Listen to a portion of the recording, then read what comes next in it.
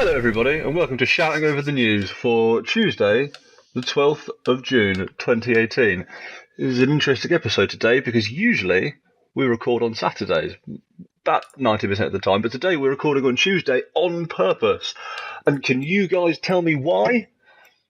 E3! Hell yeah, the electronic triple. It happened. Well, it is currently happening. All the interesting bits that are fun to stay up and watch happened. And now it's the bits that's interesting for actual professionals. I am your host this week. I'm Mark. I'm here to talk about some motherfucking video games because it's Video Game Christmas. And I'm here with Dylan. Hello. Sorry for interrupting you briefly there. I'm here with Jack. Hello, how's it going, everyone? What's going on? And I'm here with Chaw. Hello, hello, hello. The boys are here. We've all watched basically all of the big press conferences for E3. E3, for those who do not know, once a year, early June, usually around the second weekend in June, all of video games come together in Los Angeles to talk about what's coming up in the world of video games. And you get lots of sweet trailers and tasty gameplay. And usually Ubisoft does something pretty seizure-inducing. It's great. You gotta love it. It's a Pandas, staple. man. I was waiting to hear how you would describe that. So. Yeah, man, that panda was fucking next. That tripped me right out. I was certain that he was going to pull off his big panda hat and it would be like Yves Guillemot. Yeah, I felt that too at the end. He stayed on stage for just long enough that it could have been, right? Yeah. It felt like he was going to switch into an I'm your host. So it's a spectacle. E3 is the gaming spectacle. There are others that are close. The VGAs have been getting better and better as years have gone by. Other places are starting to make their own. The Tokyo Game Show isn't really much of a thing anymore. But, Too much you know, yeah, much too much anime. It's ruining the video game industry. But E3 is where everyone comes together and they have lots of big press conferences to talk about all the things that are going on. And because we're in the UK, we have to stay up really late to see them, as some of us did. It's a real pain. But it's worth it because you get to see what actually amounted to maybe 15 seconds of Death Stranding gameplay in an otherwise 8.5-minute video. There's other gameplay, right? But they just you just didn't stay up for that, or did that not actually come to fruition? That's not the gameplay. I think there is more information in the next couple of days about it, but there was no other gameplay last night. Ah, okay. There was just a hot Jeff Keighley, Hideo Kojima chat. Jack was the only one sensible enough to not stay up any of those nights, right? Yeah, I didn't stay up to watch the Sony one or the Bethesda one. Yeah. But I have catched up. I have caught up with all of the stuff that's going on. So, is it because you knew FIFA wouldn't be at any of the other conferences? Not at all. I just had work in the morning. So. No, that is reasonable. That's why I didn't go stay up for the Sony one. Yeah, I'm doing a training course at work at the moment that requires literally zero effort or attention. So I'm sure your bosses will appreciate hearing that. Yep. It's in CAD. They just give you a big book full of instructions and say, turn to this chapter, then follow these instructions. And it's like, click this, then click this, then make this line this length, then click this. And just do that for 8 hours a day. I could do it unconscious, so being a bit wavy from sleep. It's a complete lie as well. Nonetheless, yes, I feel weird because I haven't had very much sleep. I've been working from home today, and it's been lovely. AKA not working. Playing Dota. Well, I was running a simulation, so my computer was working. My computer was working hard, just not me. So you got paid to play Dota all day. You can't play Dota while you're simulating stuff. Yeah, no. All right, you got paid to play on your PS4. You finished Uncharted 4 yet? Yes, I finished it so long ago. God damn it. All right, okay, maybe that's come up before. All right. Right. So the point of what we're doing here is not to ramble incessantly, though we could if you wanted. I don't mind. That's kind of where my head's at the moment. But what we're going to do is, because our coverage is neither comprehensive enough extended enough or interesting enough to justify us spending several hours going blow by blow through every press conference, we've all hopefully picked one thing from the press conferences that makes us super fucking stoked, and we're going to talk about it. Yeah. Has everyone actually picked something? I picked a few so that I could maybe change it up depending on if someone picked mine. That's I picked one because I assumed you'd all know instantly what mine would be and wouldn't have to guess. Yeah. Yeah, yours I is think pretty that's- obvious. I think that's fair, yeah. All right. Well, in that case, Dylan, tell us about Halo Infinite. So Because it's not going to be Gears Pop, is it? It could be Gears Pop. Hey man, that looked pretty Man, cool. that was intense. Oh, shut the fuck up, Jack. Get off my podcast. Right. So Microsoft started off with basically just a lot of views of vistas and some weird looking animals. So like a strange deer, some freaky rhinos with goat horns on their nose, some shit like Two that. horns. Yeah, but they were like goaty kind of horns. They were Two cool. nose. They call me rhinos aren't called one noses. That's a unicorn. Fuck. All right, sorry. I didn't mean to derail this so early. But yeah, so it started off with these vistas of something that looks cool. There's stuff, you know, and then oh damn shit, that's a battle rifle in the shadow. I think whoever I was watching it with, Jack, Yeah. I said that right. I was Yeah. like, that looks like a battle rifle. Mhm. Still unsure. We still didn't know what this was, but it was in fact Halo Infinite. Still don't know what Halo Infinite is. Well, It's you a very we didn't, but then you sourced a bunch of information from somewhere, from the ether. You thought really hard about Halo, and it just came to you like a vision, and you produced a bunch of explanation as to what Halo Infinite is, right? yeah. So they have confirmed that it is the like next follow-up game. It's not some kind of spin-off. It's not like a Halo ODST thing. It's basically Halo 6, and they've taken off the number. So it is now, it's the, they've switched to the naming convention. So that's why they did Halo 5 Guardians, because they said when they did that they wanted to switch to just having a name instead of a number, which is smart, I guess. You don't end up with Japanese gaming. Yeah, it's the Assassin's Creed 3, Assassin's Creed 4 Black Flag, Assassin's Creed Unity. Like, it's just Yeah. them just going, right, let's just phase out the number so that when we do make 20 of these, people don't laugh at us because we've made 20 Halos. Exactly. And so let's yeah, call this one Infinite, because that definitely doesn't imply all of it. that doesn't ruin our next naming thing. Infinite plus one. From the people who brought you the Xbox One, the third Xbox, here comes Halo Infinite, the 6th Halo game that will definitely have a sequel. Yeah. Although this is the end of the no, I guess now they've gone to naming, not necessarily. But so they've said this is the next step in the saga, but also kind of implied that it's a new story, which has confused me because they definitely didn't finish Halo 5.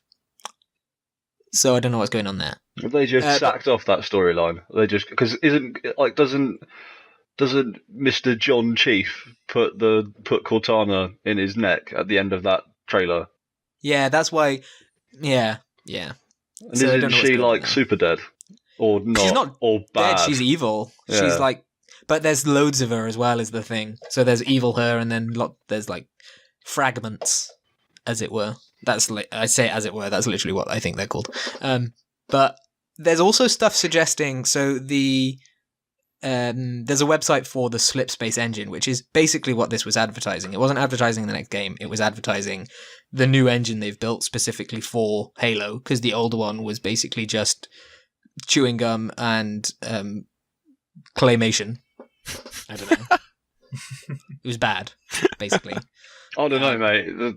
That engine, yes, it was somewhat duct taped together, but the shit it did was remarkable. It was impressive, but falling apart. Yeah. Do you reckon this one will allow co-op? Well, they've confirmed that 6 will have split screen, or the next one. I guess it's not 6 now. They've confirmed that in the past. Okay. Although, given that they seem to have only just finished making the engine it's running on, don't know how they're going to confirm that entirely. But what about if they confirmed it by saying, we haven't even finished the engine yet, but you guys were so pissed about the last one that we'd be fucking stupid not to put it in this one. And so It would be stupid. even if we have to spend all of the money on this engine, it'll let 2 people play at the same time. Yeah, they kind of have to, otherwise people Yeah. will leave. Although, I've stated this, I think, before on the show, or at least to you guys, that as annoying as it is to not have split screen, and it's kind of a fundamental of Halo, I can see why they did it, because the shit, like you say, the shit they make that engine do to make Halo 5 look crispy clean, they wouldn't be able to run split screen on it, and it would look like a hot pile of dog shit. And people would just complain differently then. They'd be like, why does this look like Roblox? Why is this just a level pack for Halo 4? Yeah, exactly. So they were put into a corner there. But hopefully, whatever this is and whatever it ends up being will be fun. But we've had this discussion, Mark. I'm still a bit speculative about when it will actually come out, because they've only just finished the engine, and it sounds like they're still quite a ways off actually getting the game done. So it's definitely not next year, at least I don't think. And then I think If it was next year, they would have said. They had so many games at that conference where they were saying it'll be out next year, that if they had Halo out next year, they would have said, they'd have, because the response to that would have been incredible. Yeah, but even then, like, with such a small teaser that wasn't even a game teaser, it was an engine teaser, even 2 years feels a little bit like pushing it to me. So, I don't know, we'll see. Maybe it will come out in 2 years. But then even then, from what has been implied around the news and also by Bethesda, I think the next generation is 3 years away, probably. Yeah, and I would support that claim. I'm just not sure what the point would be of releasing a whole brand new engined Halo on the older generation and not take advantage of making it a launch title and selling your new console with one of your most popular franchises. But so I'm a little bit worried. 6 months ago, they released the most powerful console ever made, though. So, like, I'm not even sure that lines up for them anymore, because they're not really releasing it on an old console, are they? Like, the Xbox One X kind of changes up that whole thing in such a weird way, doesn't it? But this game has to run on Xbox One as well, because they've said everything that runs on Xbox One X runs on Xbox One. Maybe they'll get rid of that in the next few years. Maybe it'll slowly phase out, which would be shit. But we'll see. Maybe they won't even release a new console. Maybe their next step is the Xbox One X2, and everything that runs on the Xbox One X2 can run on the X, but not the One. If that makes sense. Yeah, I mean, but also, considering the way they're approaching backwards compatibility, you'd have to imagine that whatever they make next is going to maintain that lineage. It's not going to be a hard cut-off, so... Yeah, like everything that already exists will run on the next Xbox console, but not necessarily everything, I guess, goes backwards too, but... I don't know. We'll see. Yeah, I'm not... Yeah, I'm not convinced it's going to be a next generation game, just because it won't be the first time, and it definitely won't be the last time that a developer has released like a marquee first party prestige title near the end of a console's life cycle. So I like fucking the example I gave was The Last of Us came out June 2013, and the PlayStation 4 came out, what was it, October 2013? Or November. Yeah. They had like a 5-month lead time, and The Last of Us regularly hits lists as like the best PlayStation 3 game ever made. So, but I guess they didn't know that when they released it, right? What, that it was going to be good? Yeah. Or that it was going to be one of the best? No. I suppose they didn't know that, but I don't know. You don't know that Halo is going to be good, but I think you can kind of... It'll at least do well, right? Yeah. Yeah, it's a prestige title, right? It's a marquee first party prestige title. It's something that has weight and money behind it, and also, I guess, Halo 5 came out in 2015. Yeah. Say they supported it for a year, maybe 2. Yeah. Wow. Yeah. So, but that wouldn't have been the whole studio. That would have been all of 343. Just like I don't think all of 343's, like there's going to be a bunch of artists and writers and game developers and designers, I suppose, who are not going to be sitting there in the fucking code mines cranking out new rendering engines for the Xbox One. So Yeah, of course. I wonder if, I think you're right. It would be fucking surprising if at this point they've made anything. But I would also think it'd be surprising if at this point they were now going, right, so what we doing for Halo 6, guys? Well, yeah. I mean, I guess story and stuff and most of the concept art, etc., will be done at this point. Yeah, Like, if for it sure. wasn't, that would be absurd. Yeah, I mean, I don't want to make it sound like all they have to do now is just write the code, because that's obviously like a huge reduction of the monumental task it is to make a video game, especially such a big one Yeah. that will have the kind of time and money and effort going into it like Halo. But also, you would hope at this point they have an idea of what they want to do with the story, what they want to do with the enemies, what if they want to have a new race, if they want to have new locations, they want to Yeah, they'll definitely. probably have concept art for that down. They'll have artists who are doing passes. They'll have they won't. Yeah, you would hope, right? Because 343 is not small. We know they've changed the art style, so they've, by just that trailer, you can see that they've gone to the old, like the sort of Halo 3 era art style, and Chief's armor's changed quite significantly since Halo 5. I mean, it's gone back to an old style. It's not changed from what it's been before, but they've definitely done stuff already. So Yeah, I thought it looked a lot more like. I thought it looked a lot like Halo CE Anniversary. yeah, it was. It was sort of back to the old school. There were bits and bobs from everything, though. I think so. I think the helmet was more like sort of Combat Evolved /2, but the armor was definitely a little bit more 3E. So it'll be interesting to see what happens, because people hated the Halo 5 art style.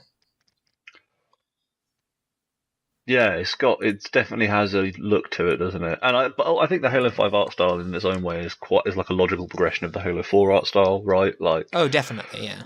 when 343 took over and they got hold of Halo 4, they started making changes to make it a much like sleeker vision of science fiction, didn't they? And it Yeah, looks they like, were they were taking advantage of the HD textures, right? I mean, yeah. 3 kind of had to stick to what they established in 1, and in Combat Evolved they didn't have much to work with, so it kind of had to stick there. But they evolved to a sort of more defined, like more refined texture thing, and people just didn't like that, I guess. Yeah. Who knows, man? We'll see where it goes. We'll get back to you in, I reckon, like maybe November 2 years from now, maybe. What, as in like a release? Yeah, well, it's always November, isn't it? I Yeah. think. But What yeah, we'll see. do you think we will see any of this game next year? I think possibly like an extended trailer, if they've gotten that far. But I don't know. They Like did, a story Dylan was teaser. saying. I don't know. I mean, like Dylan was saying, they didn't really show too much. I think they'll be worried about a story teaser because of, like, that's why this yeah. teaser was. This teaser was very like just showing off the engine. They didn't. The only thing they really teased, I guess, is that it's on the Halo. But even then, you could probably justify being like, it's only on a Halo because it's called Halo. Like that's Where the else would it nicest be? way. Like that's just the nicest way to show that it's Halo, right? You got Chief on a Halo. We're showing off our engine. They could easily get away with changing it, but I think it's likely, given the end of Halo 5 and given this trailer, that that's basically all we know. So, He's going to have some Marine pals. yeah. The Marines went with him to the Halo. I would then make what I'm going to say is a fair guess and say there will be a Pelican in this game. There was a crashed Pelican, that's true. Yes. Crack the code. There was Hunt- also a hunt the poster truth. that's... God. There was also a poster that said "Fight for her," so maybe a lot of stuff goes on before this trailer. Who knows? But also, we've spoken for 20 minutes about Halo at this point, so we should move to someone else's game. All right. Well, you okay? So I think suffice to say, hype. I'm hyped, but I am always hyped for Halo. Hype. That's fair. Who wants to go next? Yeah, I can go next. Safe, Jack. Yeah. What you got? So I chose a bit of a. I know that they always come out with like big, AAA games and whatever at events like E3, but I've gone for a bit of a, I don't know, something that really took my attention, and that's one of EA's new indie games, and that's Sea of Solitude. I thought you might say that the moment you said that you'd got something with the AAA thing. Yeah, dude.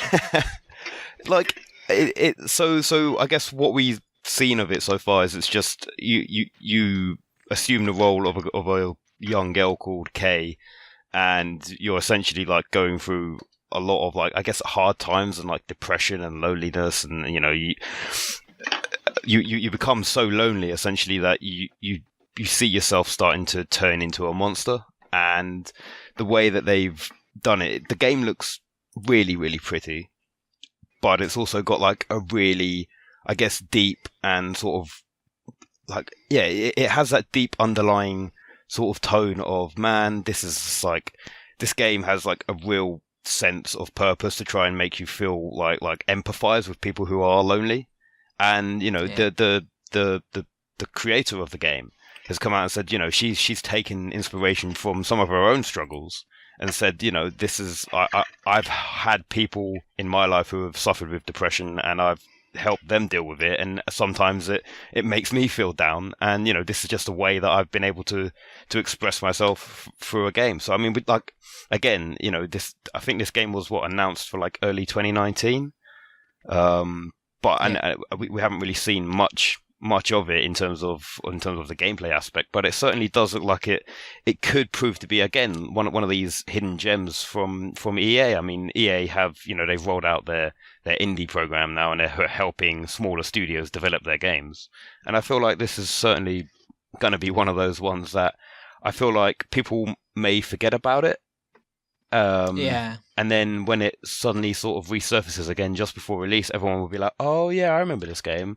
And then I feel like I hope it gets the love and attention that it deserves. I don't know what you guys think, but I certainly have a lot of high hopes for Sea of Solitude. Oh, I agree. I think it was the best part of the EA conference. Yeah, for sure. For me at least. I'm excited to see where that sort of goes and what they deal with, because I mean, like you say, you don't see much of what happens, but it looks kind of like the what's the name? What's that game that the people who made Shadow of Colossus made afterwards? Last Guardian. Last Guardian. It looked almost Last Guardian-y. Not the same, but that sort of 3D platformer puzzle kind of thing. So it'll be fun to see where that goes, I think. Yeah, Jack, I echo exactly what you're saying. The art style in that game is fucking... I've never seen anything looking like that before. It's really, as there's a sense of there's like a soft sense of beauty to it, and then also when it wants to show monsters, they just look fucking grim as hell. Like there is a contrast and a style and a presentation to that trailer, at least, that is really, really interesting. And yeah, without a doubt, the best thing that EA showed off. Like, EA didn't have a strong showing, really, in the first place. Yeah, sorry, go ahead, mate. I was just going to pontificate. Yeah, you were saying. Yeah, no, I completely agree. I mean, like, EA, they always sort of are, I guess, like, I guess to some people, EA is like the big thing with all of the sports franchises that they team up with nowadays, and all of the stuff that they're doing with Battlefield and some other Star Wars stuff that they've got in the pipeworks. But I certainly feel like giving opportunities again to smaller studios and what they're doing from that aspect.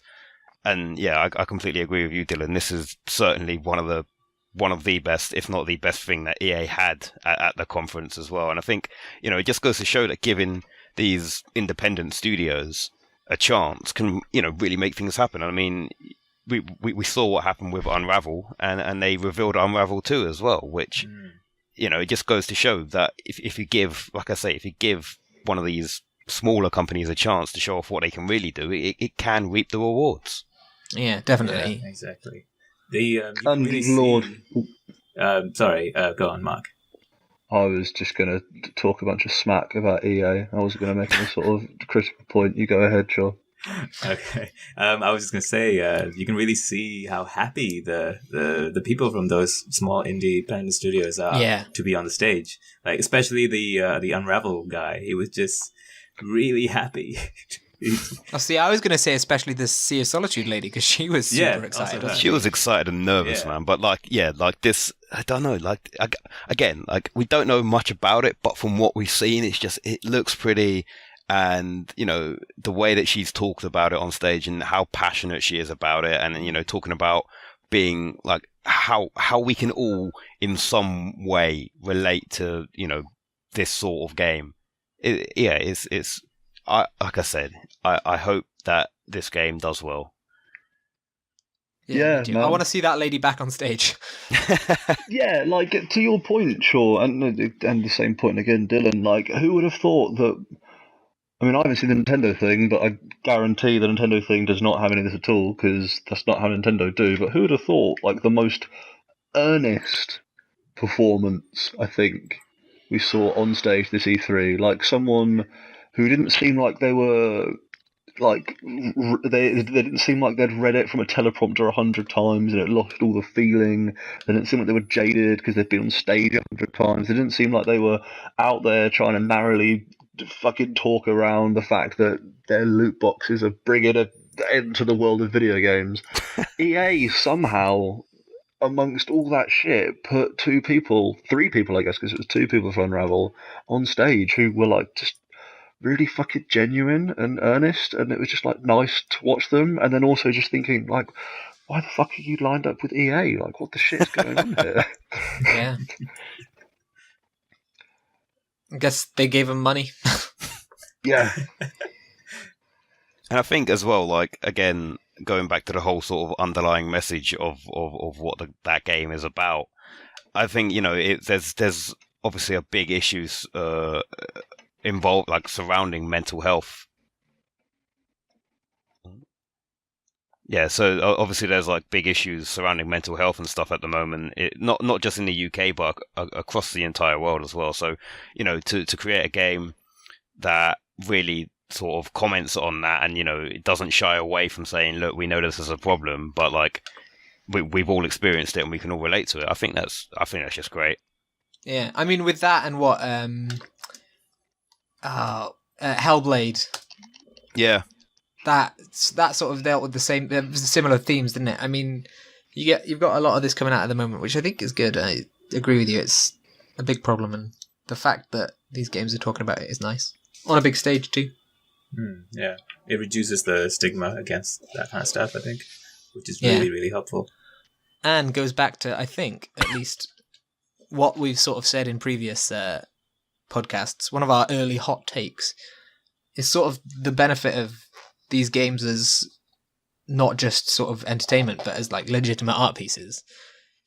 And I know games have always done it. You've got lots of games that go into sort of these sort of issues, but I think you're sort of starting to see, especially with Hellblade, you see these games considered as more of an artistic piece and an important message than they used to be.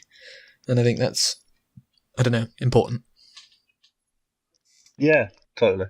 I'm 100% on board. I think we are playing games at a really interesting time in video games because the technology has got to a point where, like, video games have been telling incredible stories for years, but now it's matured to the point where the incredible story it's telling isn't just a really, really well written fantasy adventure or sci-fi adventure. The incredible story they're telling can be something. The tools are freely available now, and the talent is there, and the breadth of experience and knowledge is there, and the drive to do something different is there to make those stories about things that are so much more personal and unique and different, like Sea of Solitude. Sea of Solitude? Yeah. Did I just fuck that? Yeah. Sorry, I got myself in a mud. Yeah, I think. Yeah, and like Hellblade, Dylan. Though obviously Hellblade is a slightly bigger studio, but still not that much bigger, really.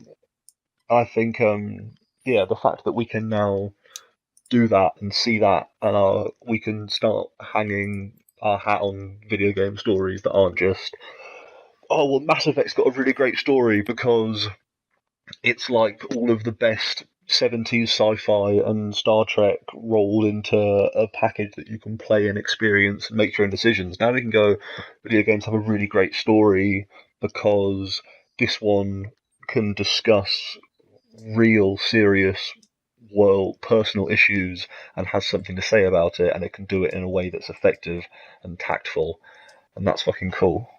Yeah, it's part of it's just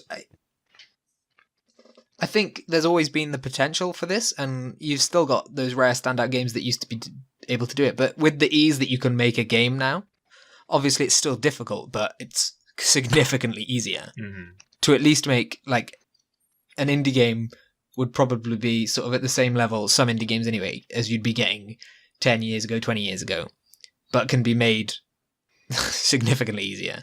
That opening up of it allows people to tell these stories, I think. And I think potentially that's even why we see more of them, just because if the people sort of lower down can get into these areas, you just get more people and you get more stories, which I think is always... I think everything benefits from more people having access to utilizing it, you know? Yeah, I mean, what was that game that came out a few years ago? I think it was a Mike Bithell game. It was Thomas Was Alone. And it's a story-based adventure game, but you play as, like, you're like a square moving around in, like, 2 dimensions, and everyone else is squares. Yeah. Because I think Mike Bithell, like, didn't have an art guy. Like, it was just him. So he was like, well, I can't do the art, but I can do the gameplay. And yeah. I think that's fucking cool, man. I'm excited. Yeah, but I mean, that's pretty much all I have to say about it. Huh? What was the date on that? I don't think it's been given like a specific date. I think it said February 2019, I think. I think it was definitely early next year. All right. There was a lot of stuff February 9th. Yeah. 2019. Just before find out. the end. February 2019 is going to be fucking vicious, mate. What was there was Crackdown is one of the other ones, isn't it? I think it isn't like Crackdown and Anthem and something else all coming out on February 22nd. I don't know if it's Possibly. all 22nd. I don't know. I think Anthem, they just said February, right? Oh no, maybe Division. Some French guy I remember saying February. Oh shit, no, maybe it was the Swedish guy. There's too many. It might have been the Trials man said February. Who knows? I think there's a lot coming in February. Yeah, man. February. It just says early 2019 for Sea of Solitude. Yeah. So yeah, I don't think there's an exact date Metro. yet, but... It's Anthem, Metro, and Crackdown, I believe, all come out on February 22nd. Fuck. They kind of occupy different genres, though. So they're all big games in their genre. Those are like, I think, people who play games. They will get those are significant for all of them. Yeah, that's true. Like, I think all of us here can appreciate Crackdown, Anthem, and Metro. Yeah, totally. Mm-hmm. Yeah. We'll find out. I think Trials is also. I think it's Trials. But do we care about Trials? Trials is great. Trials is really fun. Hey, sure. Tell us about Cyberpunk 2077. Nice. So because I feel like you're way more hyped for that than Death Stranding now, and that's totally reasonable. So I am way more hyped. So for the past few days, after the trailers come out, I've just been. You've been walking around with an erection. I've just been refreshing that subreddit, just trying to see what kind of information is coming out. And just as we were talking, they were having a little chat on GameSpot Live about the game. They promised gameplay, but they lied. Oh man! But anyway, the press has had a look at it, and they've been tweeting really, really detailed information about the game. So it's going to be an FPS, apparently, and weird. Yeah, so FPS, Cool. gameplay, and then third person for cutscenes. I don't know what that means. Isn't every cutscene like a third person thing anyway? Nah, Not because the Doom cutscenes. yeah, like Half-Life 2 did all of its cutscenes in like view and stuff. Like, Yeah. oh, that's fucking cool. Okay, Yeah. that's sweet. I'm actually weirdly hyped about that. I think I'm actually more hyped for it being a first-person game than a third-person game. Really? Ah. Yeah. Lots of people had the opposite reaction. It's just like, I'm out because it's an FPS. But I don't know. I'm not sure about it yet. I need to see. But it's something. obviously not an FPS, is it? It's just a first person action adventure, I guess. Right? Yeah. Yeah. An FP RPG. Yeah, FPS Pass. RPG. Just a shooting. Parges. So it's going to be seamless, like The Witcher 3. So there'll be no loading screen between going into buildings and stuff. Unless you want to go to Skellige. Only loading screens between every fast travel that lasts forever. If you fast travel, yeah, I guess. Fast travel takes longer than normal travel in Witcher. Even if you load it on an SSD, it still takes forever to load. What's going to be Night City's Skellige, Shaw? Tell me now. The moon. Day What's the The Skellige? moon. The fucking moon! Shit. Yeah, dude. So I've been reading in the original. Wait, you're being serious? I am being serious. Yeah. What? This is from the pen and paper RPG. So at the time in 2020, NASA has basically occupied Mars and the moon. Lol, unrealistic. Right? I'm reading that book right now. It's pretty good. So on the map of the metro, there is a place called Orbital Air space station or something. And in the trailer, there was actually a scene where the guy was on a spaceship and you can see Earth outside the window. So we could be playing something on the moon. I'm not sure. Cool. Yeah. So you're going to like this, Dylan. You can hang from walls and pounce from above. Fucking grapples! You can run on walls and plant people with blades and slice their head off. It's really cool. That was my favorite part of the Lampposts of California Rolls demo. What is that?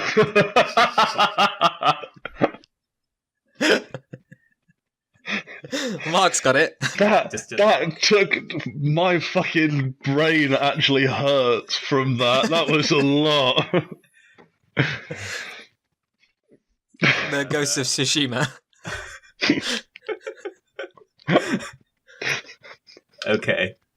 Okay, anyway. I saw grappling hooks in that too. I'm just hyped for grappling hooks. Yeah. It was big this year. Grappling hooks always is hyped. like the new what is it?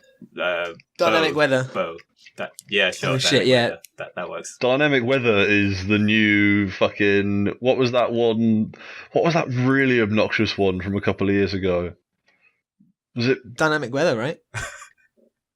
No, because that was. was the Didn't they have a? super Didn't they have a obnoxious bunch of that this year? They did as well. Yeah. They've had that Oh. every year for the past 3 years. I don't know. What do you mean, like a gimmick? Yeah. Oh, I don't remember now. Dogs. It's not important. It might actually have been dogs. I might actually have been thinking of dogs. That's a good point. There was a Oh, year when dogs. it was all dogs, like Yeah. Fallout 4, Yeah, you're right. that stuff. Do you remember that Call of Duty game had a dog in it? Call of Duty has had dogs for a while, to be fair. isn't Yeah, it? but Oh, it had no, like a yeah. dog in it that was your bro. They He played with the mocapped a more dog. consistently. And Yeah. then he obviously died, right? I don't know if he did, but he definitely did. Do you remember that Call of Duty game that mocapped a horse?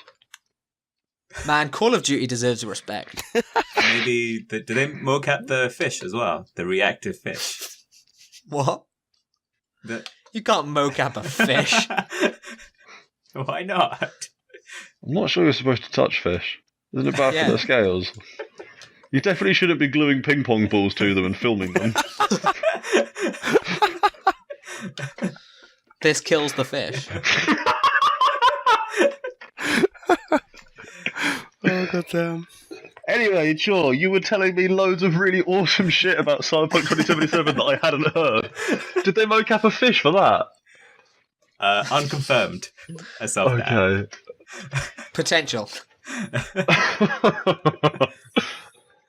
Yeah, so the guys tweeting, they're saying it's like Rockstar levels of open world craziness. Empty. Savage.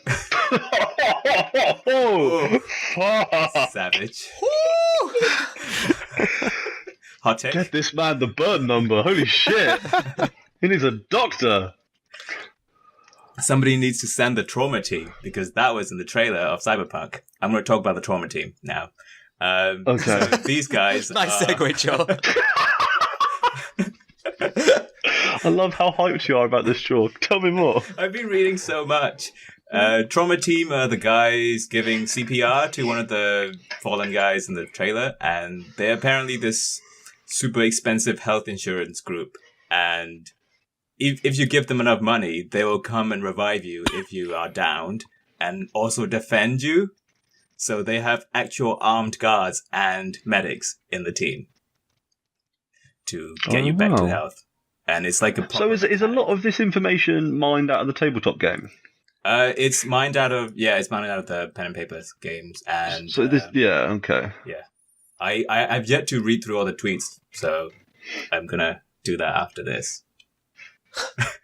And there's gonna be more talks, I believe, on various live channels tonight. Yeah, so like, obviously we're talking about the conferences because they're sort of the big things, but E3 actually starts on Tuesday. E3 actually runs from Tuesday to Thursday officially, and that's when there'll be gameplay demos on the floor and meetings behind closed doors, and there's still a live show going on with lots of different places that are getting all their own weird exclusives. So it's not just because the conferences are done doesn't necessarily mean there's no more information to come out. That's my understanding. Is that's the same with Death Stranding as well. Is in the next couple of days there's supposed to be some more information on the way out. But oh fuck, mate! I'm so hyped that Cyberpunk 2077 is a first-person game.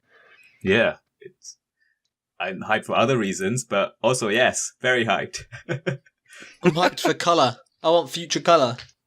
Future color. Future's reminds me of there is a comic called Private Eye, which is a very similar, not the themes of the future, but the look, and it's a super sort of colourful vision of the future, but still like real shit going on, you know? Yeah, yeah. And it looks very similar. Although I don't know if the themes are at all the same, because that's in a world where the information bubble burst or something weird, so nobody uses the internet. Nobody knows who other people are on the street or stuff like that, so I doubt it's the same. Oh.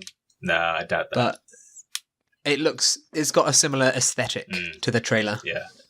Yeah. And I liked that. I thought it looked cool as shit. That aesthetic is so good. It's so cool. That logo treatment. Fucking Blade Runner.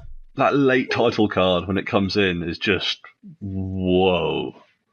When the music's been building up, and then it like fucking drops, and the Cyberpunk comes in and like lightning strikes. It looks so cool. It's such a sweet logo.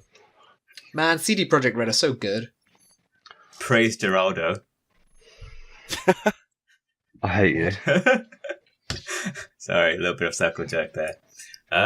Yeah, so I'm done with that. Yep. I just guess I think like with the Witcher games, you're playing as Geralt, who is an established character, and you're in a world full of these established characters. So you want to have that third person view because you want it to be clear that you're being Geralt, and that's fucking badass. But like, there's not necessarily like fucking 6 novels to draw from to make the story for Cyberpunk. You're not going to be necessarily playing a character with a long history going through the motions of a story that's known. So the idea of being first person and being fucking in it and being able to see all that shit from something approximating your own perspective, it sounds just fucking cool to me. And seeing the side of some Cyberpunk guns up close, I think. Oh yeah, that's true. That's true. VR. Feel like it's easier to make FPS things into VR, you know? Yeah, that's completely true. Yeah, but I'm just worried because they have this really complex character creation system, supposedly in this brochure that I'm reading now, and and they come to your door and spread the word of God. Mate, I'll join that religion. Yeah, it'd be a shame to not be able to see what your character is if you're not in third person. Mate, fucking mirrors. Real-time mirrors. Imagine if they had mirrors. Games have mirrors these days, right? Name a mirror. There was a mirror in Duke Nukem 3D, and that game came out in like 1996. Yeah, but there's like a weird amount of old games that have working mirrors. Also, the mirror in Duke Nukem 3D wasn't a working mirror. It was just like a window into a room that it copied you into, or something bizarre like that. Okay. That's what a mirror is. Yeah. Sort of. It's a virtual... Reflective surfaces are hard, man. I can't even really work them out in real life, let alone in video games. I get distracted by them. I'll stand there preening myself. I'm like a parrot. Fair. Never stand between two. I might get lost. Wait, that's witches. What? Never stand between two witches? No, witches can't stand between two mirrors. Too much light. Why not? Makes you too powerful and you get like lost in your head or something weird. Oh. It's old myth lore. What myth happens lore? when they get Fuck. what happens when they get a haircut and the barber's like, "Yo, choke at the back of it." You don't. There's too much. You don't get a haircut. Hair or barbers? I've never seen a witch with a haircut. I've never seen a witch with a barber. Yeah, exactly. There you go. Wow. Done. Mystery solved. What's your game, Mark? I thought for a couple of hours that I could just shout about Death Stranding for like 5 minutes, then we could end the podcast. But I don't necessarily know if that's a good use of my time, because we could do a separate Death Stranding podcast if you want. We might have to do that. Sure. I definitely need to talk about it, but I don't necessarily know if now is the time to do it, because I'm still trying to get my thoughts about Death Stranding straight in my head. And I'm worried that if we try to talk about it now, it would just be absolute nonsense for like 10 minutes. Well, why don't we have Mark's E3 Hot Take exclusive episode? 2 episodes this week. Well, what I actually want to talk about, because I do have a couple other things that I thought were pretty cool. So the thing I'm actually really, really hyped for that isn't possibly not even a fucking video game is Dying Light 2. Yes, All actually, right. yeah. I'm well hyped for Dying Light 2. Dying Light 1 is real fun. Yeah, Dying Light 1 is awesome and was a super enjoyable, like, open world zombie survival game with a really neat twist and some great mechanics. Yeah. And it seems like Dying Light 2 is them going... Just they're evolving the concept in a way that I would never, ever have predicted from Techland to do that with Dying Light 2. And then to bring in Chris Avellone as well. Yeah. Who is like... He is like the video game writer who is known for making video games with really significant, impactful choices and well-written characters and sweeping stories, and being like, yeah, we're going to put him in our game. And from the talk he was giving at that Microsoft press conference, it seems like they are leveraging the fuck out of what Chris Avellone is good at, because the stuff he was talking about doing in that game, about like how even little things that you do in side quests would have persistent knock-on effects throughout the world. Yeah. So fucking ambitious, man. Yeah. I mean, I was watching that and thinking, this feels a bit like Dying Light, but the world is just so different. They've really gone... And I mean, you can kind of see how the Dying Light world would get there, but they've gone whole hog and they've just jumped in. And hearing all that stuff about them, like, things changing depending on what you do, but to such a level, like, I honestly don't think that games have really had that. Not that I know, anyway. There's not really been any games that have anything to that level. Like, yeah, it seems like he's trying to combine your sort of broad, macroscopic choice structures of things like, to name another example of a Chris Avellone game, Fallout New Vegas, with like the microscopic choice like effect system of things like survival games where you're actually having to pick between, do you get this resource, do you build this thing, if you build this thing, what happens to your settlement, can you sacrifice this person to save these people? And he seems like he's trying to smash the two of those together and then put it inside a first person action game that happens to control really well in a super satisfying way. And that sounds like, fuck, if they can get that, that's going to be a really fucking special video game. If they can nail it. Yeah. I mean, the fact that it makes your choices feel worthwhile, because I often find that in RPGs, there's a bunch of choices, and like, I know that these will have different effects, but it's kind of hard to tell what will happen with them. At least with these, it almost, even if it doesn't necessarily change the end story, which I mean it must do, but it feels like there's more of a reason and rhyme behind it all. So the choices feel more important in a way because they've just got an immediate effect almost. Stuff happens because of it. That's not just story. Yeah, like it's not going to be like Telltale's The Walking Dead style. You get to a point, it's quite obviously say this or say that. You do the thing, someone says, "Oh, X so and so will remember that." The way they pitched it is it's going to be so much more natural, and you're not going to reach decision points, and everything's going to pause, and you're going to sit there umming and ahhing about what to do because you might get the bad ending. It's not going to be like a Mass Effect style Paragon or Renegade. The way you described it, at least to me, made it seem like you would just play the game and naturally make choices that, much like if you were playing a survival game and you were making choices about food and water and shelter, but those would have much further reaching implications than just, okay, well, I have less resources now, or I have to go and I have whatever. This seems fucking cool. Like, and to put Chris Avellone on it as well, like the list of games that he's worked on, and the pedigree that implies that he is bringing to this game is fucking crazy, man. Like, it's so like super hype. It's crazy hype. Yeah, that's another one I'm really, really excited for. It's been a good E3. Yeah, I think there's been a lot of nice looking stuff. You know? Yeah. Sometimes it falls flat, but this year it's been not even necessarily super hyped. Like, oh my god, this is coming, because I mean, Halo Infinite doesn't really count, and Elder Scrolls 6 doesn't really count. Yeah. I mean, it's just games that look cool. Yeah, man, totally. Totally. It's cool that Bethesda confirmed those Starfield stuff. Yeah. It's nice to know that they are making another Doom game, though I feel like if Rage 2 hadn't leaked, they wouldn't have mentioned that till QuakeCon. No, they wouldn't have.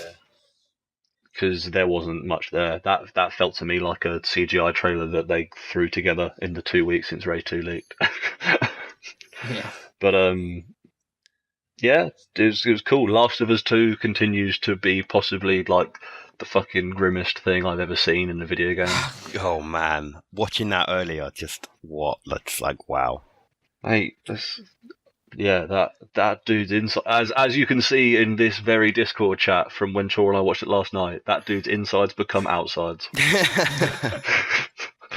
Yeah, man. And that jarring transition from, shit, dude, yeah, the non-violent to violence, it's ridiculous. But I'm really interested to look forward to that, actually, because it's gonna be another knockout, I think. You would hope, right? Like, feel like Naughty Dog did some really significant stuff with the way they iterated on the formula with Uncharted 4. So I see no reason why bringing The Last of Us to this generation, they're not going to do something pretty significant with it. Yeah. Gotta trust in Neil Druckmann. Yeah, I got myself super stoked for a Splinter Cell game that never happened. It was a bummer. Maybe we'll hear more later on. I think we all did. Yeah, that leak predicted Gears of War 5, so that was the one we thought wouldn't happen. Yeah, like that Walmart leak was so on the money for so much. Like there was a lot of shit there. Like Rage 2 is one where you go, no fucking way is Rage 2 happening. But then, and the fact that Splinter Cell and Borderlands, those were the sort of those seem reasonable. Yeah. Why was there no Borderlands? Maybe all of it is true, and they're just not ready to show it. Walmart just really, really got there. They're just too ahead of the game. Yeah, like I suppose I've actually got this up in front of me, so we could run through this. You go, Division 2, we knew that happened. Like Just Cause 2, that was definitely or Just Cause 4 even, that was something. Destiny Comet, which is the Destiny Forsaken thing that happened like last week, that got announced, didn't it? Assassin's Creed was one that no one expected, and then that leaked. Yep. Yeah. We got more BG&E 2 stuff, but that's not really like a full-on release date. But then Rage 2, I suppose actually when you look at this list, it's a pretty mad list, but it does have some pretty big whiffs in it. Like Final Fantasy VII Remake never happened. That didn't come up at any point. Borderlands didn't, and Splinter Cell. The time seems right. Yeah, I'd convinced myself after that, Ghost Recon Wildlands thing where they brought back Michael Ironside, and it's been a few years since we've had a Splinter Cell game, and Metal Gear Solid 5 demonstrated what you could do with stealth open world, and I was so fucking certain when everything else in that leak started coming true that we were going to get another Splinter Cell game, and it was going to be open world, and it was going to be MGS5 2 Splinter Cell. I wouldn't be surprised if they are working on something, though. Like, I certainly wouldn't be surprised if they've got it in the pipelines to bring that back. Yeah, it's been 5 years since the last Splinter Cell, so they've probably got one on the go, right? Yeah, definitely. I'm just so disappointed in Borderlands, man. I know, dude. Gearbox keeps saying they're working on it, though, so... Yeah, I guess it's good, but, come on, man. The last game that they fucking really released and worked on was Battleborn, and that was just I don't want you to be remembered for Battleborn, man. That's just such a... Yeah. I can't describe it because it was just such an awful game. If I had made Battleborn, I would also take a few years off. Yeah, I suppose that's a fair point. But anyway, I can always hope for next year. Oh, yeah. It's just a coming games conference. You never know. It could happen. Yeah, we got lots coming. Who's hyped about Kingdom Hearts 3? Fuck E3. Oh, mate, Kingdom Hearts was the fucking business. I need me some Frozen in my life. And Johnny Depp? I want to freeze Johnny Depp. Weird. Is that how Kingdom Hearts works? I think only the Disney characters can actually travel between worlds. Oh yeah, I think the Disney characters. No, only the Final Fantasy characters. They're not Final Fantasy characters. Only the bullshit fucking anime dudes in their really short Goofy pants with their spiky hair can do it, can't they? I don't know. Goofy, Donald Duck, and Mickey Mouse can all travel through. They're always with him, right? I don't know, maybe. I'm not sure. I don't Goofy and Donald Duck are definitely with him the entire time. Yeah, okay. That's one thing that's just popped into my head. That was from E3. I don't know why when we were talking about it. Just that thing with Naruto and Dragon Ball and One Piece. Yeah. I don't know why. Jump Force. That's what it's called. What the fuck was that, man? That was just I guess it all sort of makes sense. They've all got similar sort of fighting styles. Yeah. Well, no, because at the end was Death Note. Yeah, so the reason the reason it's called Jump Force is because all of those characters come from the Shonen Jump manga collection, and so I think it's one of those weird ones where it's not actually that's not even anime bullshit. That's Manga bullshit. Oh, Fucking god damn. manga. Whew. It's too much. Yeah, most That's where we draw the definitely. line. That Manga. you have to read the other way. I can't handle it.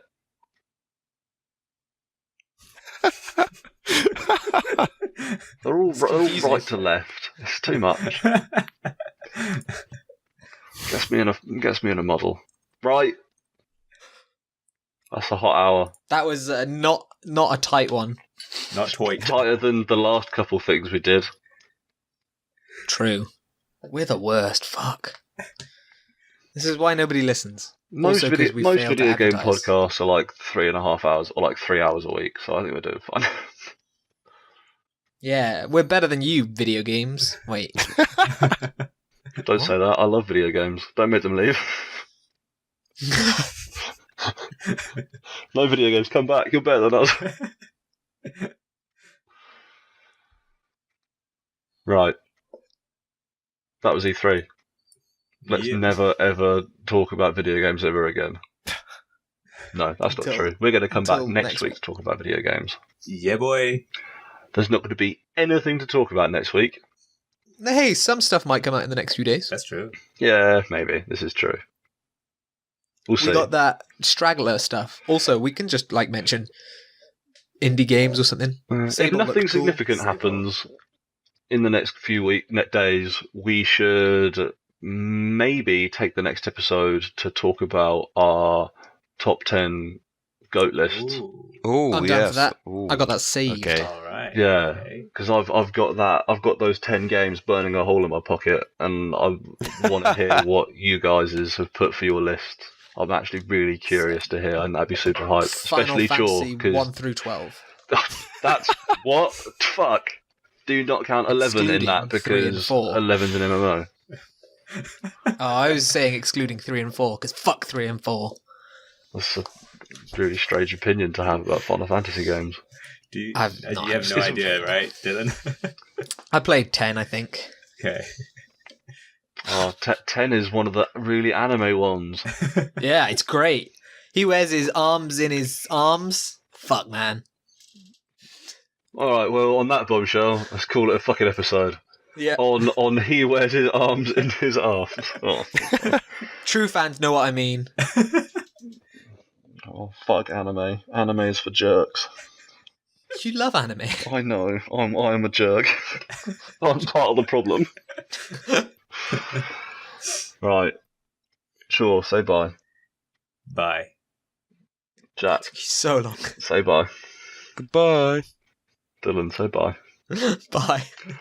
And I've been Mark. I'm saying thanks for listening. Bye. Man, you got to say extra.